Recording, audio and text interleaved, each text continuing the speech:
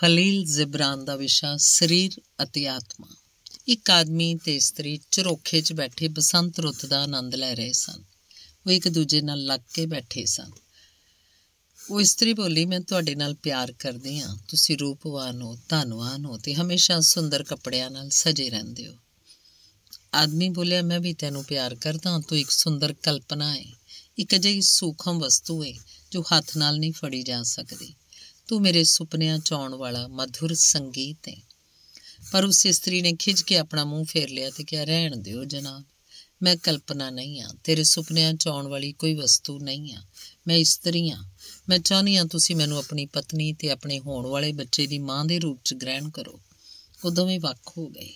ਪੁਰਖ ਨੇ ਆਪਣੇ ਮਨ 'ਚ ਕਿਹਾ, ਫਿਰ ਇੱਕ ਸੁਪਨਾ ਹਨੇਰਾ ਬਣ ਗਿਆ। ਦੂਸਰੇ ਪਾਸੇ ਇਸਤਰੀ ਨੇ ਕਿਹਾ, ਚੰਗਾ ਹੋਇਆ। ਅਜਿਹੇ ਆਦਮੀ ਦਾ ਕੀ ਠਿਕਾਣਾ ਜੋ ਮੈਨੂੰ ਅੰਧਕਾਰ ਤੇ ਸੁਪਨਾ ਬਣਾ ਦੇਣਾ ਚਾਹੁੰਦਾ ਹੈ। ਧੰਨਵਾਦ।